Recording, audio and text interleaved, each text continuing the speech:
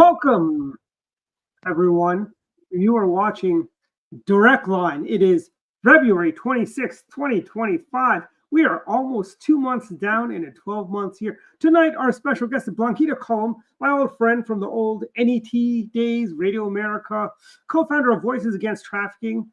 And our hosts tonight are Mark Unkelfer and filling in for the ailing Jackie Saxton, who's at home suffering from the flu. Get well soon, Jackie, is David Shepard. Take it away, guys.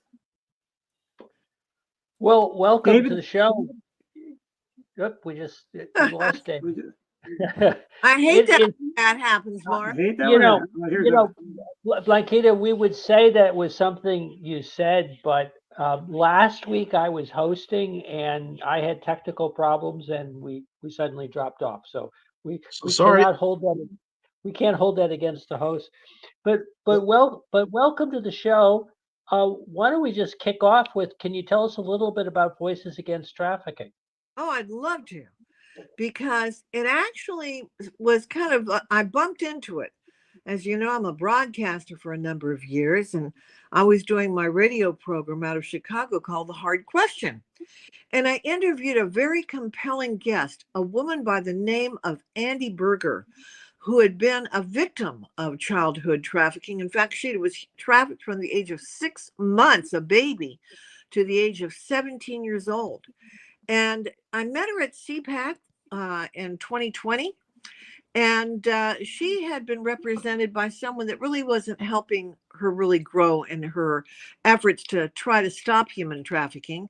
So we became friends. I mean, I grew up with great parents, but I said, listen, if you need any help, I said, what I really think you should do is start an organization that is an umbrella group, so that people that already have a 501c3 can join your voices and make it bigger, better, and stronger. And that's how it sort of began. And now we have a couple of books that are in the Library of Congress. We've done many, many conferences.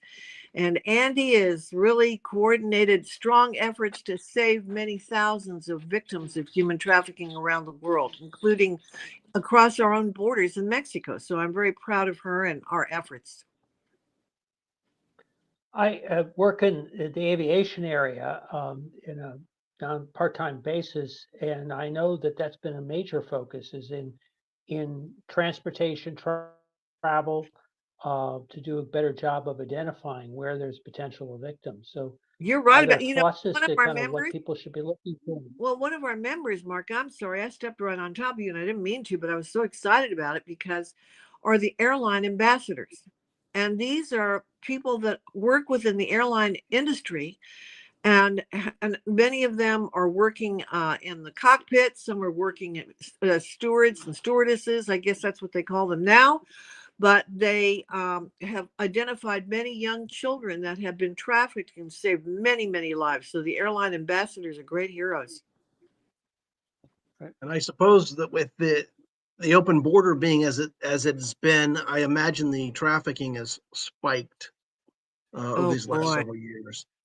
You're right about that, David. Do you know how much a month, and I'm probably giving you a low ball figure, that cartels make on human trafficking? Just make a guess.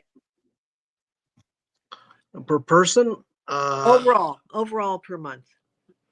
Well, I don't know. Into the millions, I would imagine. It's over $1 billion a month in human trafficking. I had no idea. Oh, yeah. And coming through areas like the Darien Gap, across the Mexican border, all throughout Latin America, it has become horrific because those children are brutalized and many times left for dead. And it hurts me because, I'm a Latina. So to say that we have one of our organizations is on the border in Tijuana with our friend Alma Tucker. And she says they put safe houses for little boys and girls, more than you can possibly imagine. And we work with another group out of Mexico City, and it's become just frighteningly high number of victims. My understanding also is that it's such an expectation that the girls will be abused that they're given birth control, just because that's the assumption that they'll be raped. Well, you're thinking about young women who have reached puberty. Mm. I'm talking about little ones that are little infants that are 3 and 4 and 5 and 6 and 8 and 9 years old. And they're not just little girls, they're little boys too. You see, Yeah. that's the other thing that we don't discuss.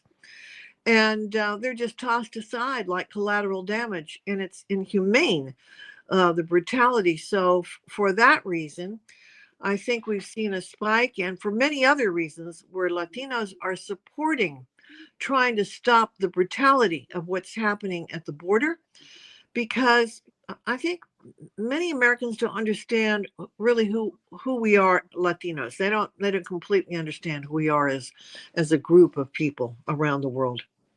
Yeah.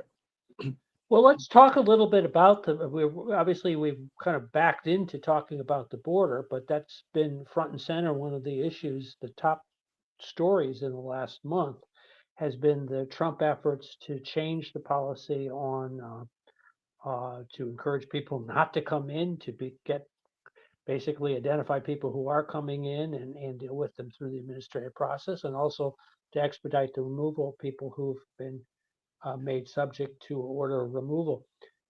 Elaborate. What are your thoughts about what Trump is up to? Well, it is a very difficult situation because, I can say as someone, my mother was a Mexican citizen. She stayed a Mexican citizen. My mother and father had business in Mexico. The borders, when I was growing up, I grew up first in near San Diego and near Tijuana. As a young kid, as a teenager, I lived by one of the most dangerous borders right now. I lived near Matamoros in Brownsville, Texas, which those borders, they were always a little edgy, but they were safe. You could go across. They respected people. There weren't the massive kidnappings and the brutality of the numbers of the cartels that were there. I mean, you had some Mexican mafia in certain areas, but not like what you see right now. The other thing is the fact that the combination, it's not just drugs and things like fentanyl, it is the human trafficking that is such a scary thing. And also, the fact of the matter is, you are going to have many people who would be coming to the United States really to seek work like they used to. Whether you have people that are trying to get jobs, whether they're migrant workers, whether the people that want to work domestically, people that just want to come to the United States to escape places like Cuba and situations like many coming in from Honduras where there's extreme poverty. But the problem is, you have the worst cartels, I think, in the history of Latin America that have ties to much more powerful entities. Like, you've got certain cartels that have ties to the Russian mafia. You've got certain cartels that are tied to the Chinese mafia. You have certain cartels that are tied to Middle Eastern groups like ISIS coming in places like Bolivia. You've got the problem that which you have in Venezuela that I saw myself when Chavez was in power. You have the presence of the CCP there making deals with the Venezuelans. They'll take their oil and give them money, but the conditions, because they can't pay it back, are pretty brutal. You have situations in certain Latin American countries. Nicaragua was one that was going to try to create a version of the Panama Canal by the communist Chinese that would have been bigger for bigger ships, but it didn't go through, thank God. You've got the Panama Canal right now, of course, under the control of the communist Chinese. You have places like the Darien Gap, which is in the most brutal, primitive jungle area between Panama and Colombia that, where you have kidnappers, you've got terrorists, you've got guerrilla forces, you've got every kind of bad element there. And you have planes landing from China with 10,000 young men that are military age. Why are they going to the Darien Gap heading toward the United States? So I think it is not just the people that are coming here. I mean, I've sponsored many people trying to help them get their citizenship or their residency when they've worked here many years, because I believe in that. But the element is different. And it is, like I say, what are they doing here? Where are they coming from? Are they coming from Syria? Are they coming from Iran? Are they dealing with drugs? Is it trying to present this human trafficking element, which is so brutal? It's slavery at its worst. So there's a lot of combinations there. And I have to tell you, I was looking at the numbers of people that were Latino that voted in this last election in 2024, and they rose up to 46%. Now that is up from 32% in 2020. Mhm. It tells me that, first of all, people don't understand how we think as Latin Americans. We're a variety of people. You know, we're a combination. The Mexican culture has been very proudly what they say. You have white, you have mestizo, you have Indian, you have a combination of cultures. In all these other countries, the Puerto Ricans are different than the Peruvians. The Peruvians are different than the Colombians, the Venezuelans, the Argentinians. They're all different people.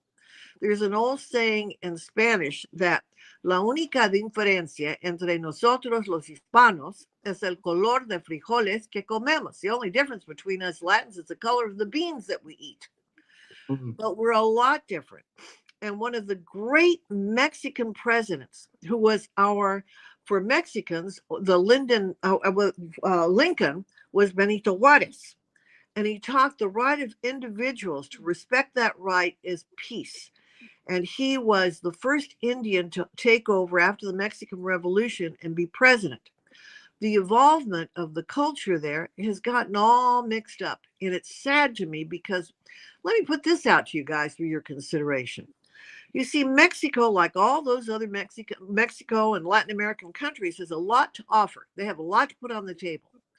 Why aren't those countries trying to do collaborations with this country with oil, with fruit, with manufacturing, with energy, with any kind of thing that you can think of? For example, look at California, the building materials that are going to be needed to restore that state.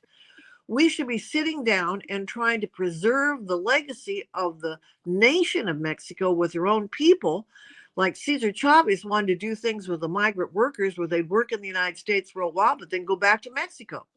Why are we not considering those things? And why aren't those countries considering those things?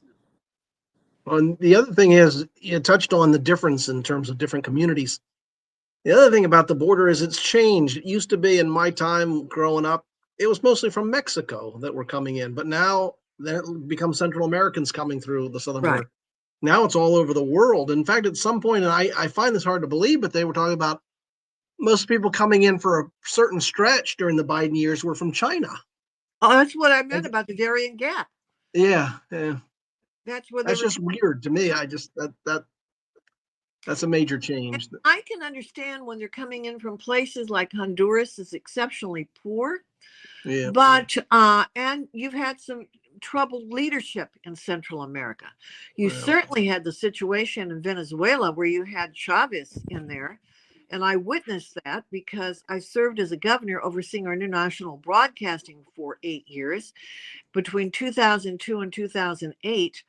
And Venezuela was beautiful. It looked like some gorgeous European country, and it had so much to offer. And I mean, people, wonderful, wonderful country.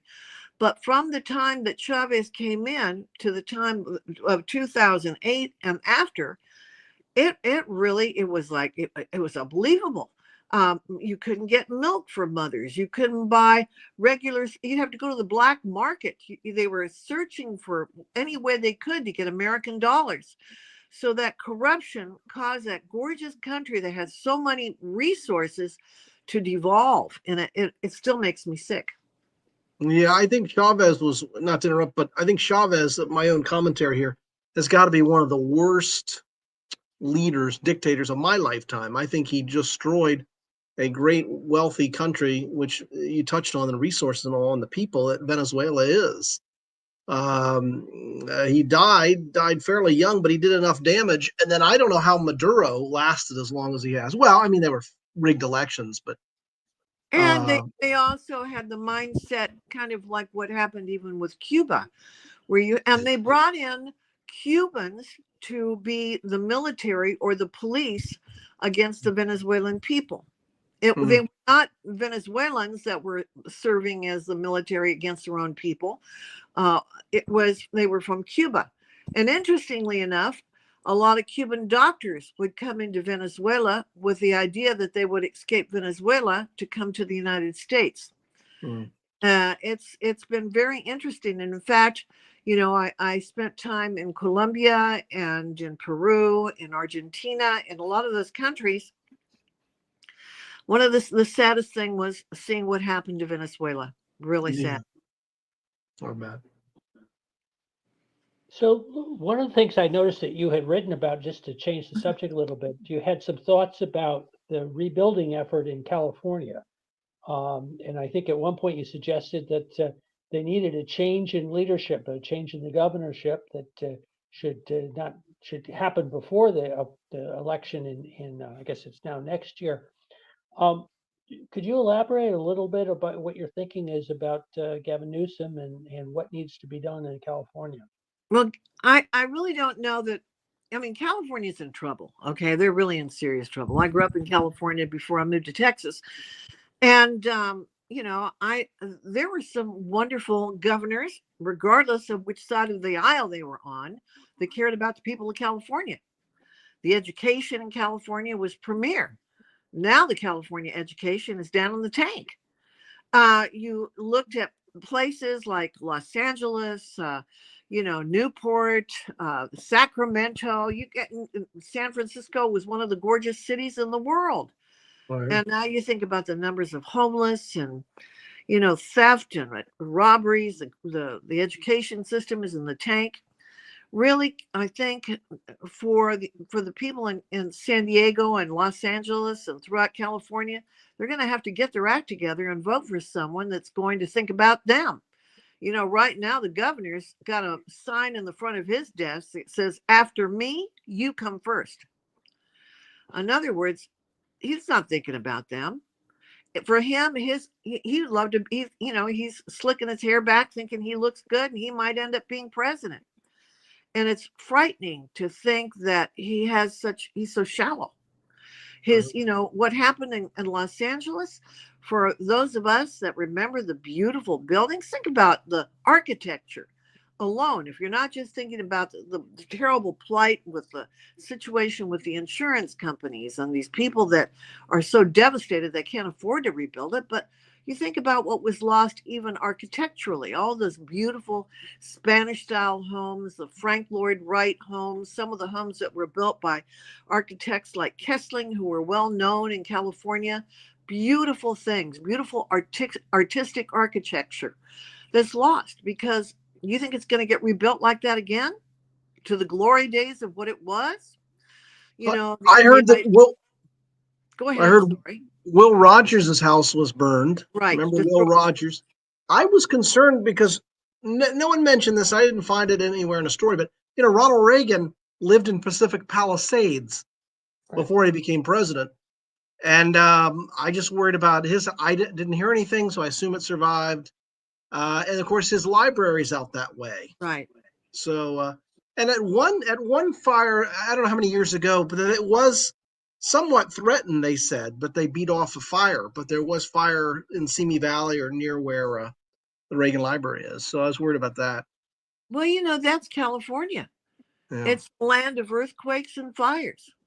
It's beautiful by the sea, but you've got a lot of those homes that have, unfortunately slipped over the cliff. Yeah. So you would hope that they would elect someone, regardless of the party label, that would be able to have a vision big enough to protect the citizenry.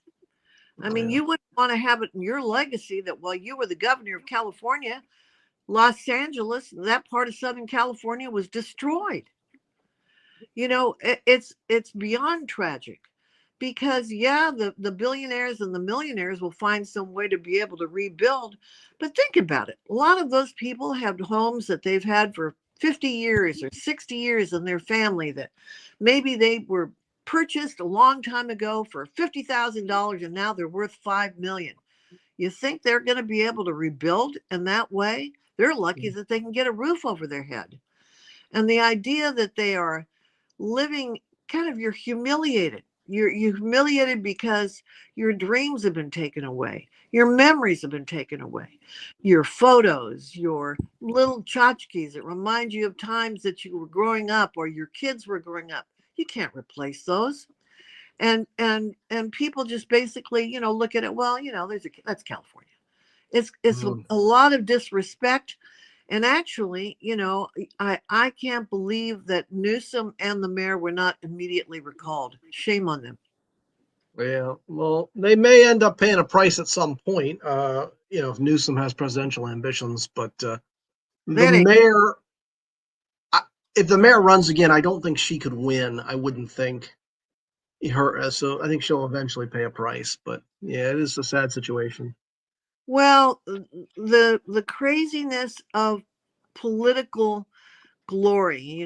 They made there was a very famous story from 1917 that was written, and it became a movie called What Price Glory.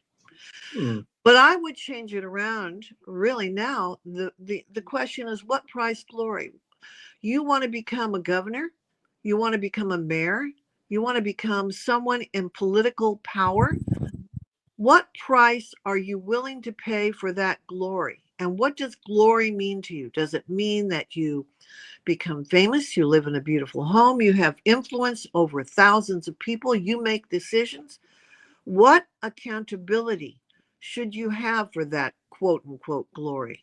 Because right now, we want to see good guys. We want to see the politicians that are like Mr. Smith goes to Washington, who breaks down in the Congress, and he wants to help the scouts. You want to see people that take it back and care about their communities. And for crying out loud, I want to see a time now where God does not become a four-letter word, that we can have faith and be proud of having faith and not look down as like we're loony because we're on our knees praying to God for help. Yeah, It's interesting. oh, go ahead, sorry. I was going to say it's interesting. We see the contrast between, as states sort out in more distinct ways between red states and blue states, the breakdown when, like with an example of California, the breakdown, the blue state model, faced with the challenge to all the recovery efforts, all the breakdown in the providing of service. And it's interesting to contrast that with, say, a state like Florida that has its own challenges, obviously with hurricanes, but has, by all appearances, been just better equipped to deal with the crisis and also to respond with, an insurance market that works and all the other things that go into doing a rapid recovery. It's fascinating what keeps Californians from not seeing the challenges that their approach is having in their own welfare and well-being. I don't know. That's a very good question. I don't know what it's going to take for them to step up the plate and say, not anymore. We're going to fix this.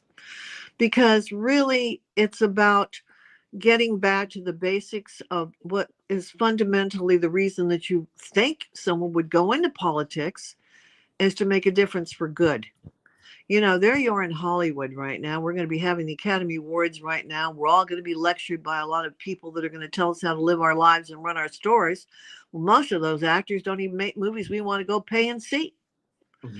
And I think about, what would it take? Well, where are those great filmmakers like David Lean, who made Lawrence of Arabia, or some of those great filmmakers like Frank Capra, who was an Italian immigrant who wanted to thank this country because he loved it so much, by those movies like Mr. Smith, and Mr. Smith Goes to Washington, and It's a Wonderful Life, and all those great movies.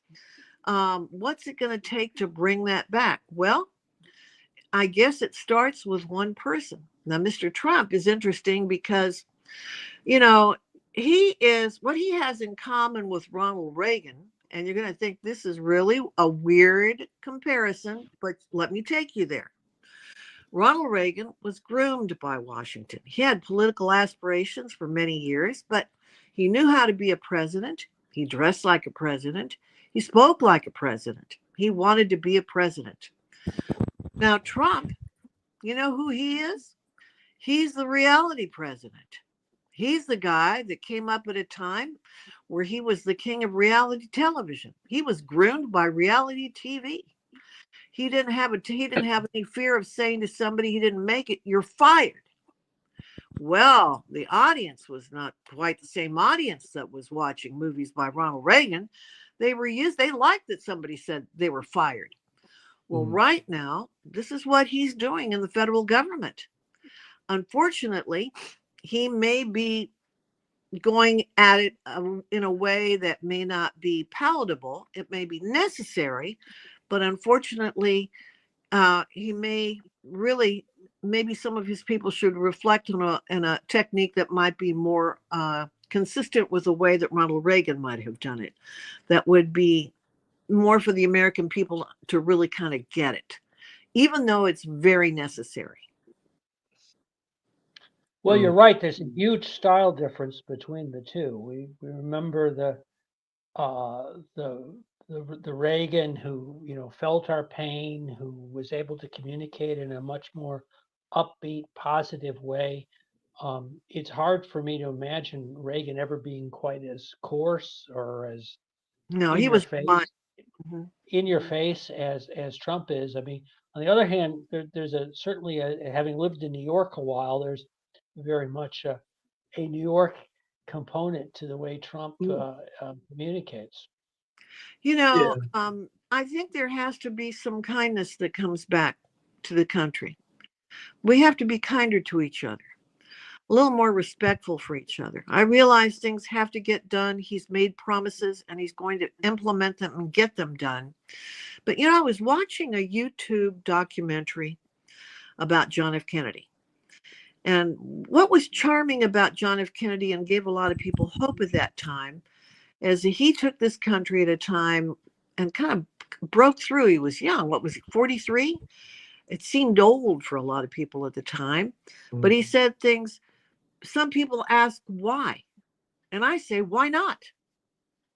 He'd say, we're going to go to the moon. Now, that man was a very flawed personality in real life. We found that out later. He had a lot of flaws. He was not a perfect man. But his personality resonated. Mr. Trump may not be as flawed as John F. Kennedy really was in actual life. So how do we get Mr. Trump, who's trying to do things, I think, very sincerely to save this country? If we don't make some changes, well, this country will go into bankruptcy. We can't afford to have that happen. So he's being pretty rough. Does he need to find a way to smooth over his edges or just do it? What's the old line about just go ahead and do it and say you're sorry later and ask permission later? Well, you mentioned JFK and his management style, like as opposed to Trump. One similarity, JFK, you mentioned his goal will put a man on the moon before the decade is out, turn him safely to Earth. But the thing that people don't realize is that Kennedy made that happen because not just by saying it, but he was very involved in the space program. He would call down to Florida, I guess Cape Canaveral or whatever, and he'd ask how things are going. He'd talk to the frontline people. So he's very much an activist president. And that's what Trump is also like Kennedy in that regard. And I would say one other point to compare him to Biden at this point. You realize why you need an activist sort of president, because you can't do the job at 10 to 4, Tuesday to Thursday. And what a difference you're seeing in Trump. Just aggressive, go, go, go, flood the zone. Already, Trump's probably done taken more press questions than Biden did in 4 years. I mean, it's amazing. I saw him today at the Oval Office taking questions for like an hour. Well, here's the other difference as well between he and Biden.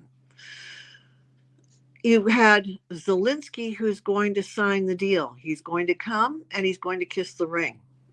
You've got Starmer, who's the PM from the UK. Been a big fan of Trump, but he's coming to the United States. You had Macron. He had to come to Washington, kiss the ring, because they know that he's not messing around. And if you've seen hostages come back from Israel, you have seen, if he says, you don't mess with me, you don't want to mess with him.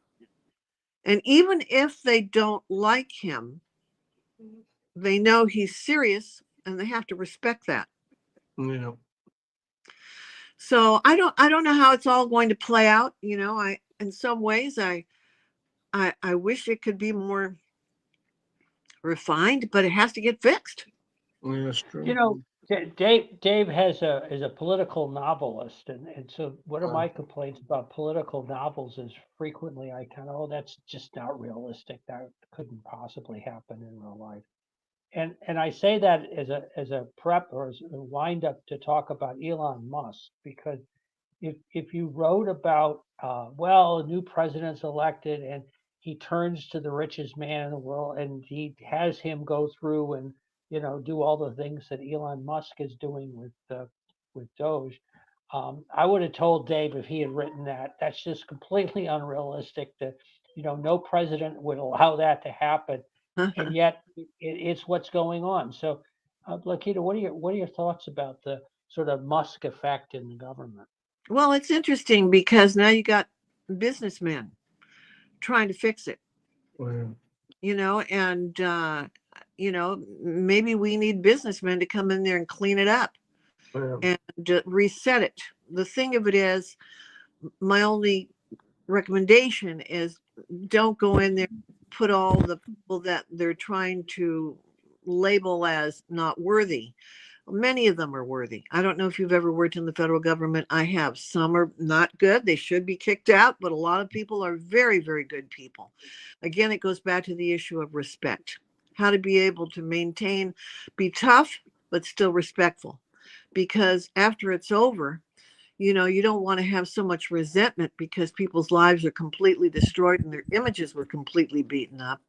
That's a hard one to figure out because I don't know how you can do that like with a laser scalpel and still fix it. But yes, there's an awful lot of waste and fraud in the federal government. And to deny that, people are just completely ridiculous. But they're talking about $1 trillion. Well, who's paying for it? Again, we're paying for it. But to the point of you talking about Dave and the political novels, I can remember when I was working for the president, somebody called me and they said, "BQ, I'm watching the House of Cards. Tell me, it can't be that bad." And I laughed and I said, "The House of Cards is like a fairy tale. That was an easy story. The real story is much tougher." Yeah, speaking of House of Cards, I have not seen the American version, but I read where I saw the it was written by Michael Dobbs, and he was a member of the government for the British Parliament, and I knew Thatcher and all, but it was written for a parliamentary system. I don't know how the American version worked, but it was beautiful, It was beautifully beautiful. written. It was beautifully written. The English version I liked better. Kevin Yeah. Spacey is actually very good in the American version. The thing that happened with the House of Cards that most people don't know that changed a lot of broadcasting is that in the House of Cards, the lead actor spoke to the audience. He talked to the audience about what was coming up. And so, in other words, he established a connection and brought us into the action and into the story, which was very unique. But it was brilliant. The English version was brilliant. And the American version was very good too. Yeah, it was. Remember his line, Ian Richardson's line. You may Yeah, think that, but I couldn't possibly comment. But exactly. it was good. And the interesting thing is that came out right before they got rid of Margaret Thatcher. Remember, they finished off Thatcher, and that was written right about the same time. So people thought, "Wow, it's Yeah. art Boy, imitating life." something. Isn't that something? I'd forgotten about that. Yeah, because then that came up right around then, and they got rid of Thatcher. So yeah, it was very good. I could And never write anything that good though. That's such a well, good we story. don't know that. You haven't written it yet. Yeah, I'll have to write another one. Yeah, You'll write a new So, one. so yeah. would you do an Elon Musk themed storyline? I I'd be don't know. curious how you. Well, I Musk. Trump was smart to befriend Musk. You're always smart to befriend someone who's worth $300 billion. Democrats are upset. They denounce Musk now, but they should have embraced him. He probably would have been. He could have been a good lefty, but they didn't embrace him and Bobby Kennedy. They should have Yeah. embraced Robert F. Kennedy Jr. They didn't do that. They kicked him off the ballot. Well, Um, Robert Kennedy, I think what he did that was so classy was that he didn't throw his family under the bus for having a different point of view on him. And yeah, they brutalized him. Now, yeah, again, he may be completely flawed and they may be right. We don't know. We'll find out, I guess. But the main yeah. thing, he didn't react to it. That was a great lesson on how to be able to deal with it because these are very difficult times, and people are very cruel. And to have a family like the Kennedy family, and Caroline's son throw him under the bus, he didn't let it faze him. At least it probably hurt him, but it didn't publicly. He didn't react to it, which I thought was very, very well done. But I agree. And the thing with Musk, I mean, if he is a brilliant guy, and if he can give you advice, I mean, think what 5 minutes of his time's worth. If you're worth $300 billion, 5 minutes of your time is worth an awful lot of money. And he's not getting anything, as far as I know, from this. He's sleeping on a cot at HHS, and look what he's doing for the country. So I think it's a good thing. And reminds me, I heard a joke the other day that Elon Musk is thinking of coming up with his own cologne. It's going to be called Musk. And Sorry. you simply must buy it. That's Well, right. here's the thing I'm hoping to see, because, when I was a kid, my dad was a yellow dog Democrat. Yeah, so was mine. Yeah. And the Democratic Party was a different party when I was a little girl. In fact, when I was like in the first or second grade, my dad took me to school from Stella Maris Academy to go meet the Senator candidate at the San Diego airport. And those candidates, the Democratic Party has lost its ability to identify with all of the people, especially the working people. And I find that very tragic. And I hope also that the Republican Party will not forget to, have a base of trying to build up young people to come up the ladder. Because if we only have just older people, yeah, great, we're all up there, but what about the future? And I used to think of the Democratic Party as a very young party. You think of the old coots that are running it, for crying out loud, and they're bad-tempered old coots. True. And in Mark's state of Maryland, they've got one of the oldest, a guy named Steny Hoyer. Steny Hoyer's been there since I was probably a kid. And I think he's still in the leader. Well, maybe he's not in the leadership anymore. Well, But the interesting thing is he and Nancy Pelosi were interns together in the same office. yes, Of course, she's a Marylander. yes. BQ, you made the transition from California to Texas. Now I don't know when you did that, but I was a little kid. My dad came home and he said he had just bought a shrimp plant in Brownsville, Texas.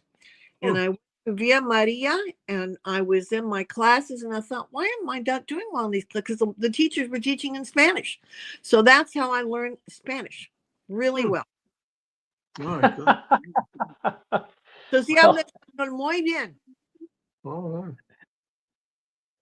So you really don't have. I mean, you really grew up in Texas and saw the transition that's taken place in Texas Yes. over the last couple of years, and obviously, not obviously, but a considerable amount of attention has been placed on what has been a really profound transition that's taken place in southern Texas along the Rio Grande, Correct.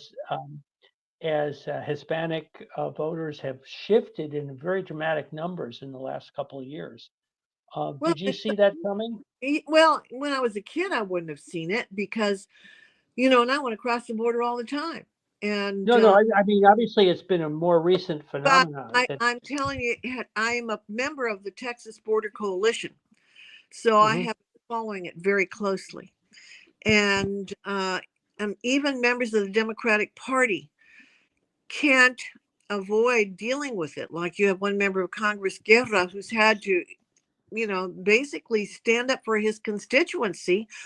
I've had friends that have had, farms and ranches on the border where, they are living with a shotgun because people come up to their door and, they're frightened.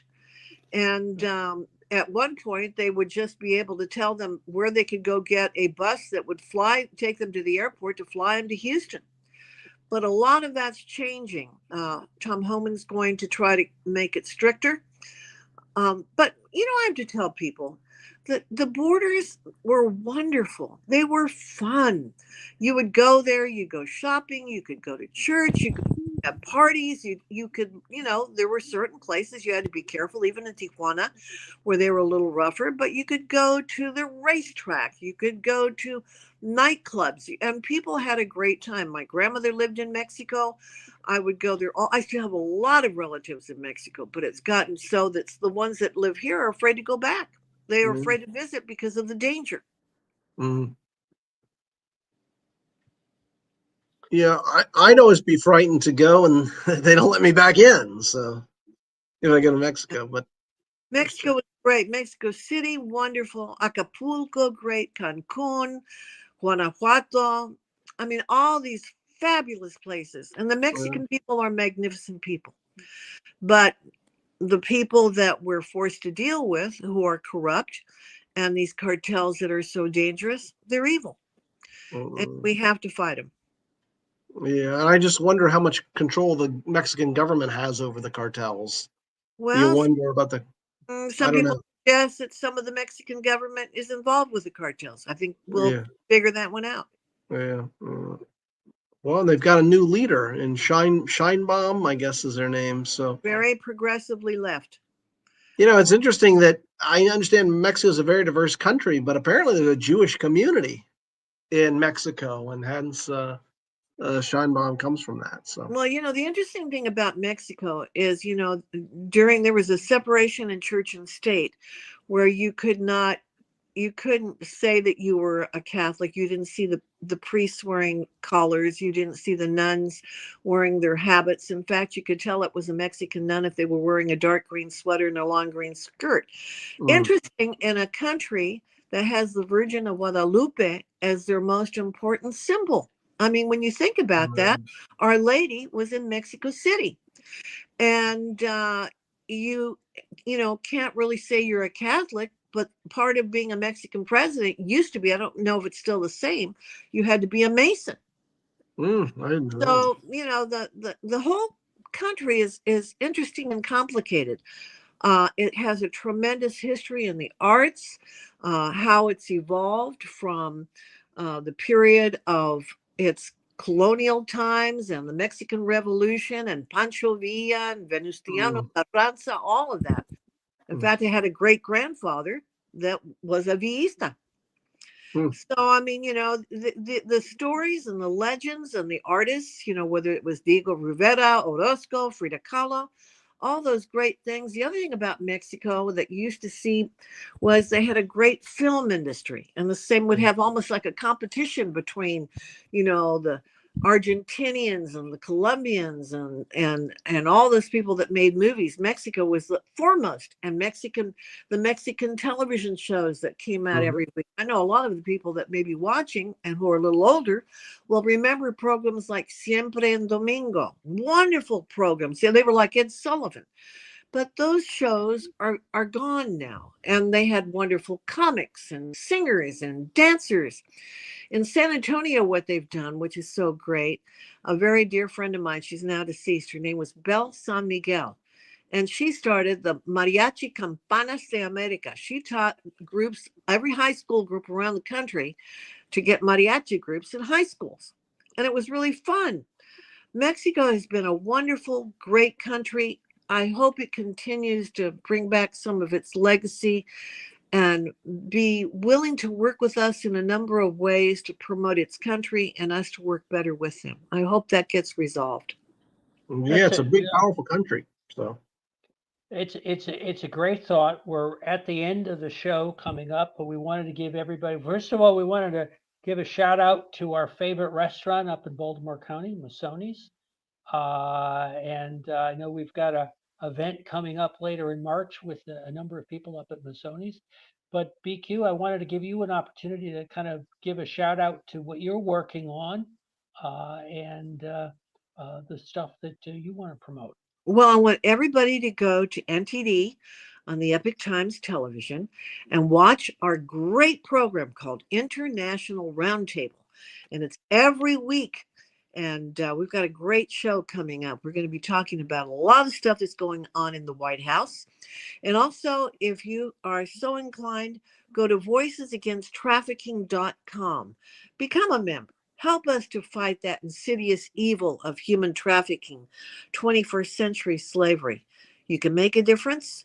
Even a little bit will make a difference. Just become a member and find out about it. We'd love to have you. Well, that's good advice. And Dave, as always, it's great to have you on the show. And BQ, thank you for being our guest. Thank you so much Thank for. you. I want to read Dave's next book. He's going to start writing tonight. Well, yeah, I'll get you a copy through Dwight. Great. Thank you both so much. Thank you. Great.